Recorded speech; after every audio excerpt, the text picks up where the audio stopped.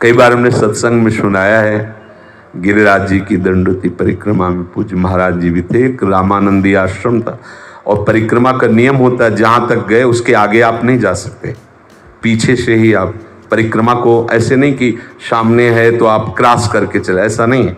जहां तक आप दंडोती गए उसके पीछे अधिकार है आपका, आगे जाना नहीं। तो वहीं आश्रम में मध्याह्न में रुके।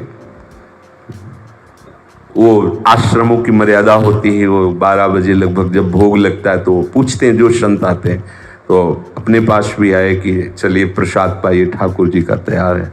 सियाराम जी का मंदिर था। महाराज जी ने हमसे कहा कि आप पाना चाहें तो पा लीजिए, पर हमारे इच्छा नहीं है। वहाँ नहीं, हमारी इच्छा ना हो तो थोड़ा ही पा लीजिए, क्योंकि दंडोती परिक्रमा कर, जब इच्छा ही नहीं तो क्या थोड़ा पा ले, आप पा लीजिए आपकी इच्छा हो तो। अब हमें ऐसा ज्ञान नहीं था, संन्यास मार्ग से आए हुए, तो आराम से पाया।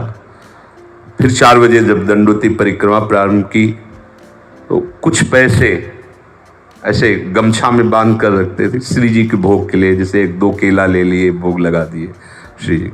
तो उनका कि भूख लगी हुई है, श्री जी को कुछ थोड़ा भोग लगा दीजिए। तो पीछे से जा कर के केले लाए। जब महाराज जी ने केले का भोग लगाया श्री जी को और वो पाया, तब हमने प्रश्न किया, मैं अभी 2 घंटे पहले आपने तो कहा था कि इच्छा नहीं है। बोले नहीं थी इच्छा।